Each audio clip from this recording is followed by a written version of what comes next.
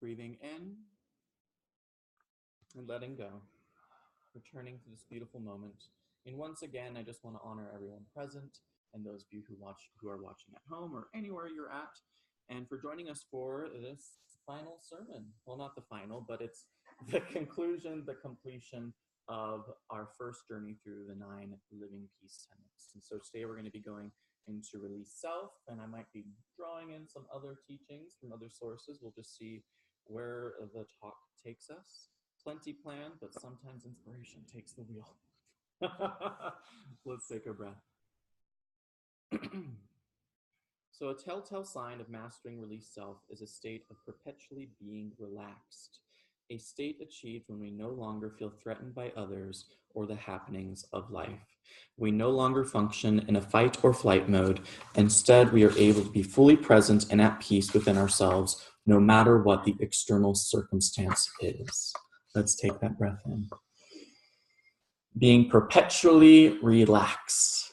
And for those of you who have little notepads and pens, I invite you to write those 2 words down, perpetual relaxation.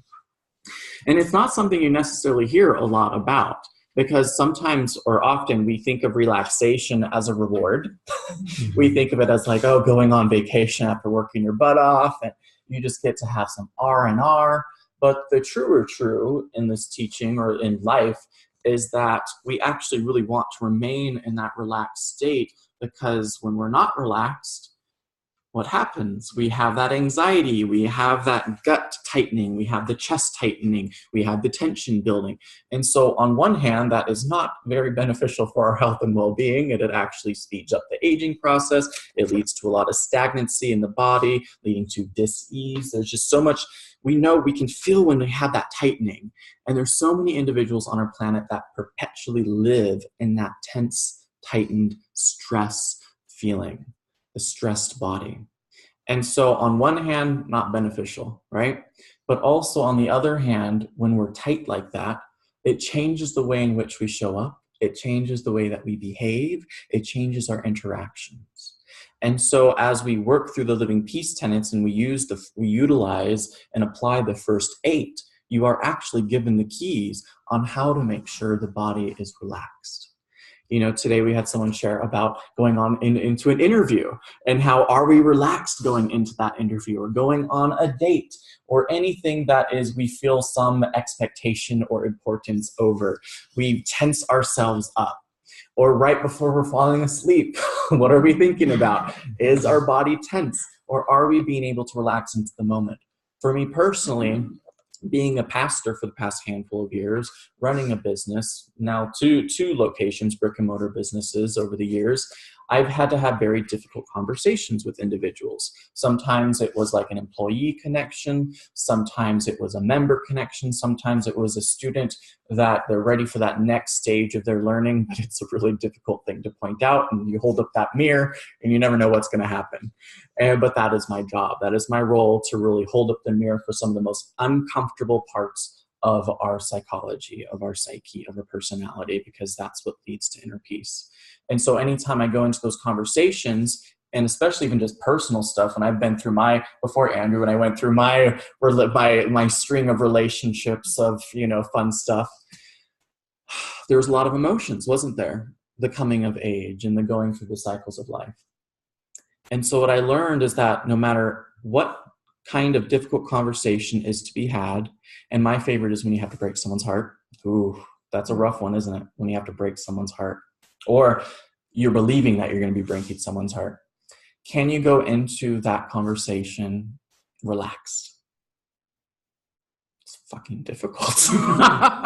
Can you go into these conversations relaxed? Whatever the conversation topic is, no matter how triggering it might be, and can we go into it?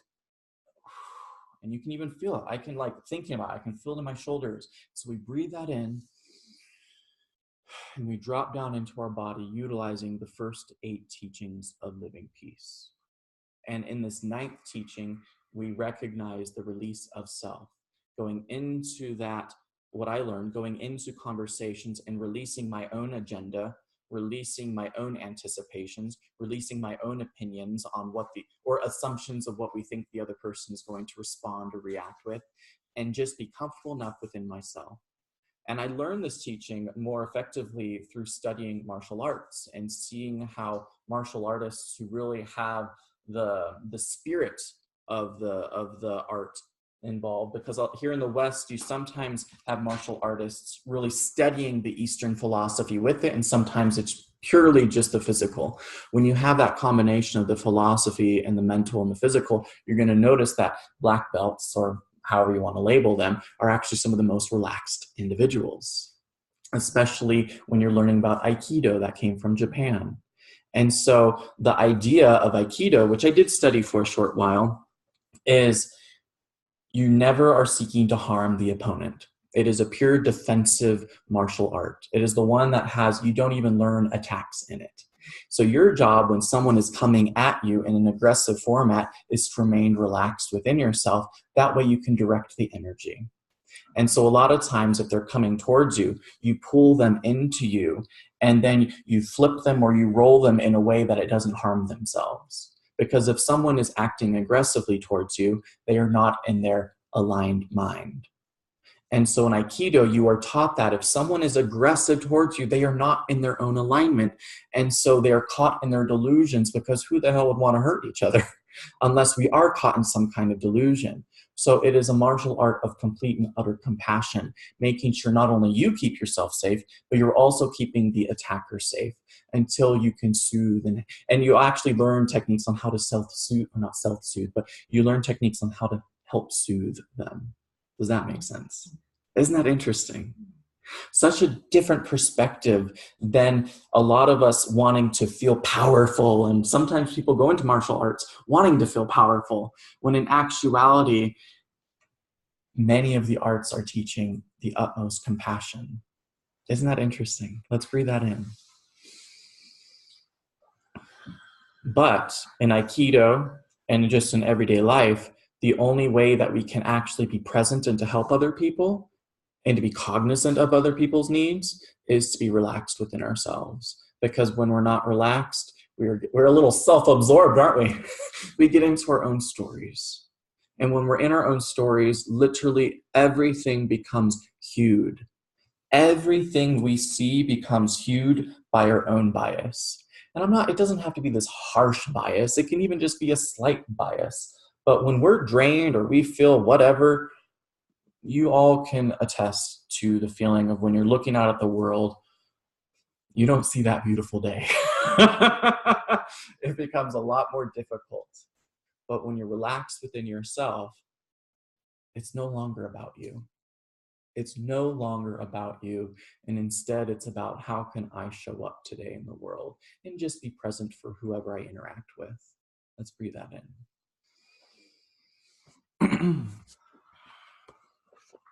One more breath.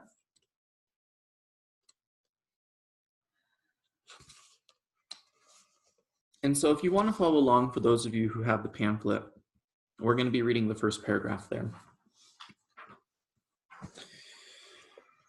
You cannot become offended if you have no identified self. Quote, self defined. The perceived and believed sense of identity, aka external, and personality, aka internal. Identity relates to the external characteristics that the world sees, such as our appearance, gender, accomplishments, dis-eases, and religious and political affiliations. Personality relates to our likes and dislikes, general demeanor, and collective emotional expression. Although these two aspects that make up our self exist and influence our lives, our goal is to release our attachment to them with the understanding that we are much more than our perceived identity and perceived personality. Deep breath. So much of our world's aggression and defensiveness occurs when people as individuals or groups take offense to things. Let me read that. That's not on your pamphlet. So much of our world's aggressive and defensiveness occurs when people as individuals or groups take offense to things. Deep breath.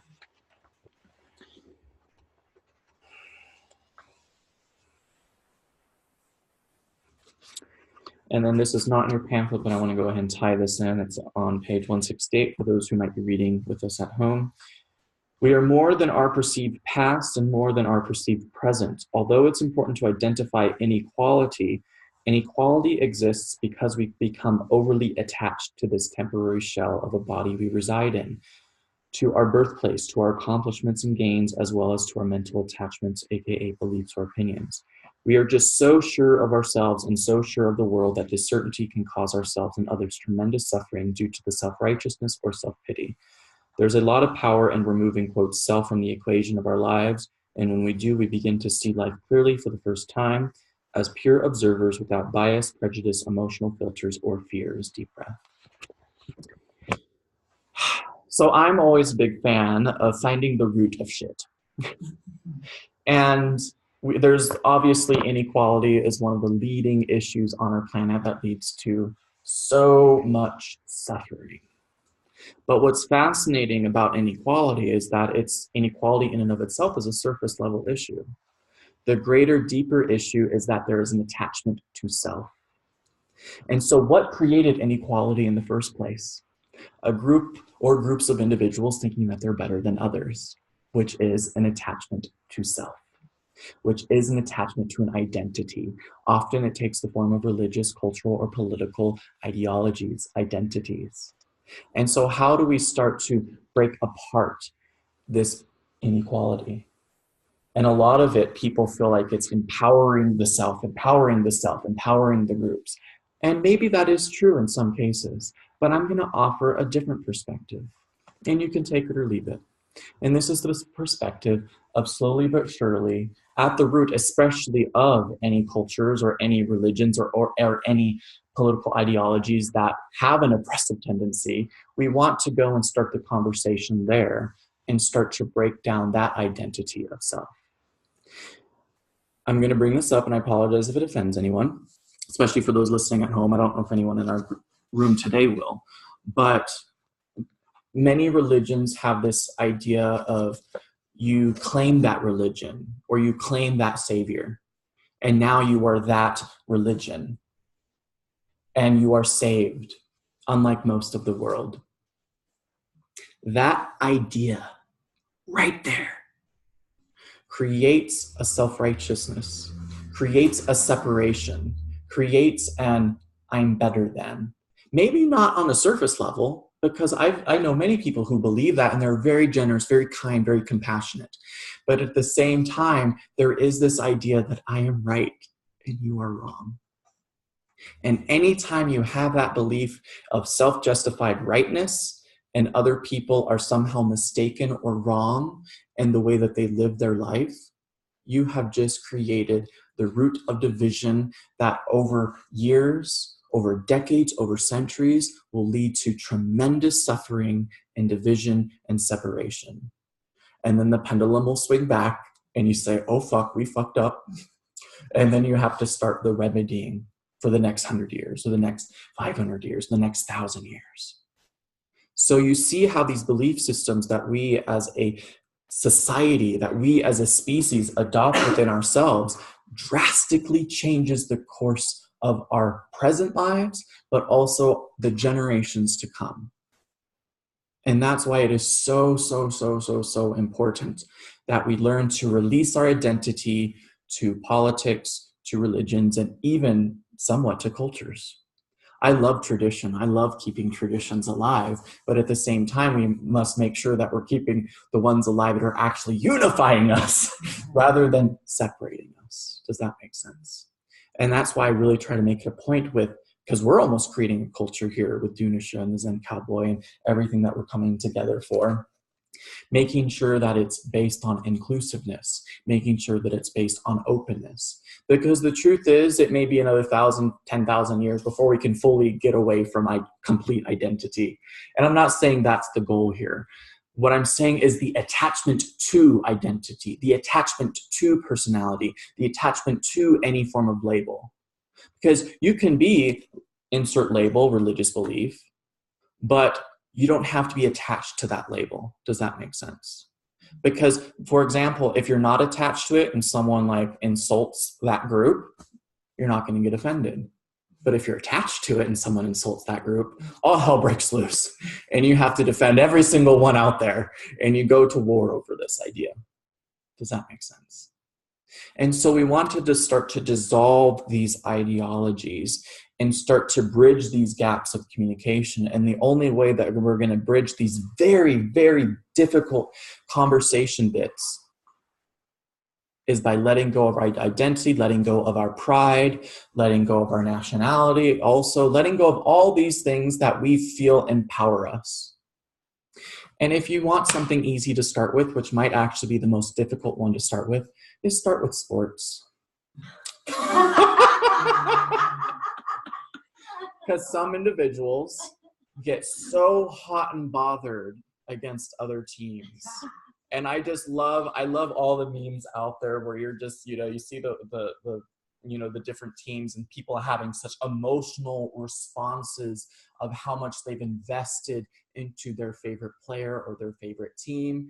And in other countries, this happens as well with different kinds of sports, and how people start fights over this because there's pride. You attach your identity, you attach your pride, you attach your sense of self-worth to these external labels. And all of it is delusion. You create it in your mind. It's not actually real. It's not actually there in the body. It's all here. And we're having an emotional response to these things. Does that make sense? And so at the end of the day, it's really important for us to have these conversations as to what is leading to peace and communication and open dialogue, and what is leading to further pride, what is leading to further self-righteousness, what is leading to further pity, whatever it might be. Let's breathe that in for a moment. So we kind of talked more about the pride bit. I want to talk about the self-pity bit. So an example I'm going to give, and again, this might offend some people, but again, it's just an example. I'm not saying if you've done this, that this is you. But if you're offended, then it might be.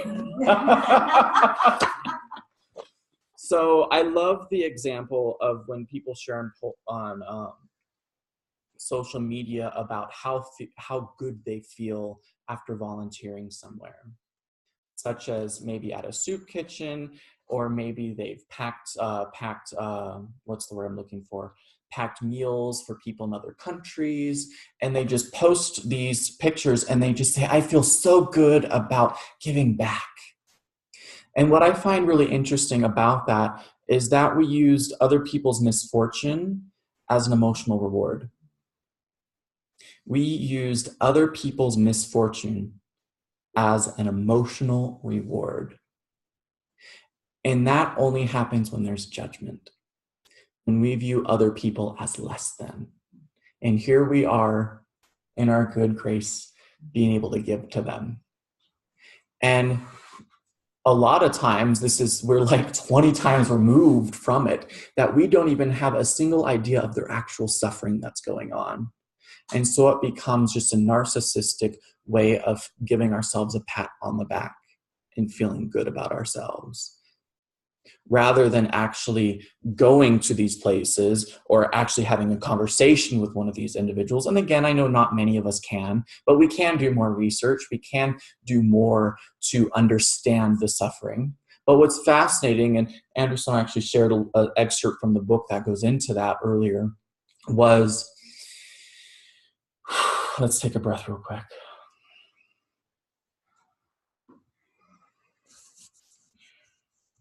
What so often occurs, actually, I'm going to read that real quick. Let's take a breath, because that really was delicious to go into.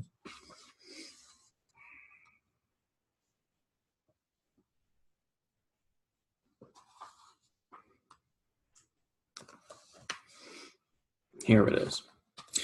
When people try to help the world without first releasing self, their assistance is often riddled with selfishness and egocentric thinking.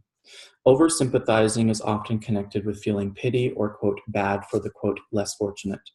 Without our new awareness, we slip into the well-meaning judgments of the savior complex. Sometimes our motivation to help may even arise out of feelings of discomfort or guilt. By, quote, helping, we feel gratified and pat ourselves on the back for a, quote, job well done, and being a, quote, good person who gives back, only to return to our mundane dramas and personal bubbles, completely forgetting about the rest of the world and its problems until next time. Let's breathe that in.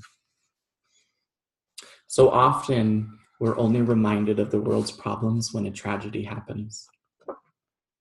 Not saying that's the case for everyone, but it is so easy to get lost within our little dramas of our everyday lives that we completely shut off our compassion towards the rest of the world. And we actually do things in our everyday life that leads to disconnection. And what is an ocean but a collection of droplets? We are a droplet in that ocean. And what's fascinating is that, yeah, we look at the world and its problems and we say, oh, there needs to be more connection, there needs to be more compassion. But just yesterday, you completely got into a very hostile argument with someone, either in your life, your partner, your family, your friends, someone at the market, I don't know. But you are getting so worked up in just the little daily situations that arise in your life. And so my question is, if we are a collection of drops that make up the ocean and we're muddy, and then we take our little drop hands that are muddy and like stick them in someone else's droplet,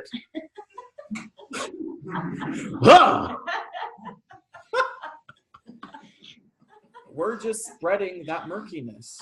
We're not actually being of great benefit.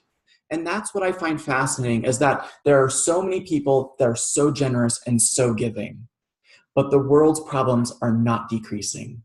If anything, they're increasing. The division between poverty and wealth seems to be increasing in a lot of countries, and wars and even almost political intolerance is increasing right now. And so my idea, or even an idea that goes back centuries, that we gain some of this wisdom from, is if we really want to be of benefit, we have to learn how to purify our own droplet before we start sticking our little murky hands into other people's droplets. And what would happen if we each learned the tools of inner peace and we began teaching the tools of inner peace? Each droplet would become purified in and of itself. And when the collection of droplets in a part of the ocean becomes purified, that part of the ocean becomes purified.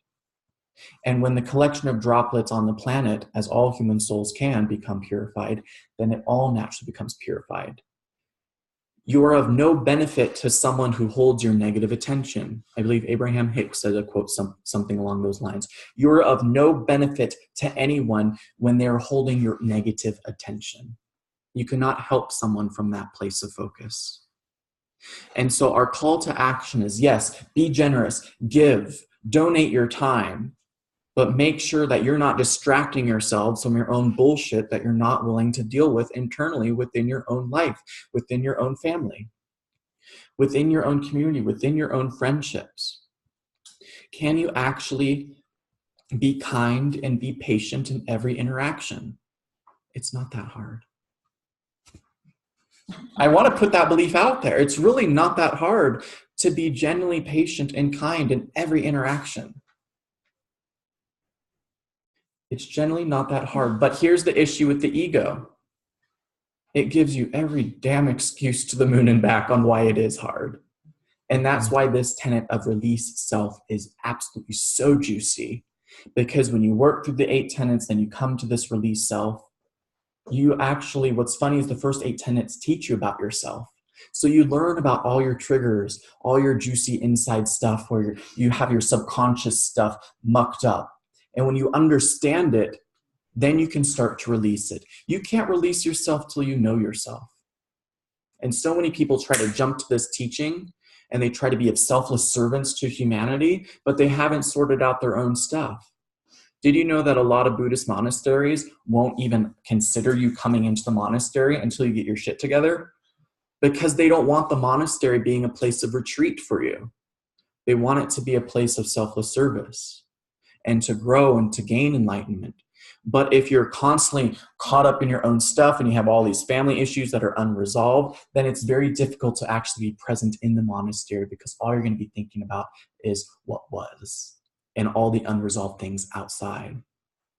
And so it's important for us to get to some degree of healing our stuff before we even take that step of considering being present for others. But here's the irony, is that every single one of us can start right now, right here, today.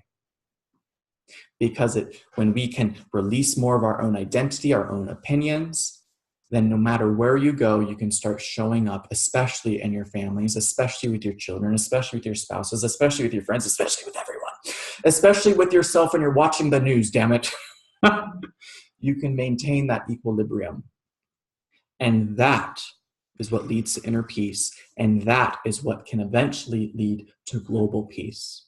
Because when you have inner peace, everything changes. And your idea on how you are going to help the world or be present for the world or hold space for the world will change as well. Your help is no longer motivated by your discomfort, by your guilt, by your shame, by your upsetness, by your being triggered. Your help is motivated by your peace. Deep breath. Juicy conversation today. And so I want to thank everyone who joined us, who watched it. I appreciate it. And I think this might be the first video. Again, this is only relevant for those of you who are watching right now. For those of you who watch it months from now, it'll already be present. But this, I think, is the first video that I'm going to be posting that will actually have a link to our Patreon page down below. So if you want to, you can sign up for $5, $15, $35. And you can gain different access to different teachings, including my audiobooks, my digitized books if you don't have the physical copy, and weekly insights into various teachings. And even our online program that Anderson and I filmed. And so it's really juicy, so I invite you to check out that Patreon page down below. So thank you for joining in, and we'll see you next week.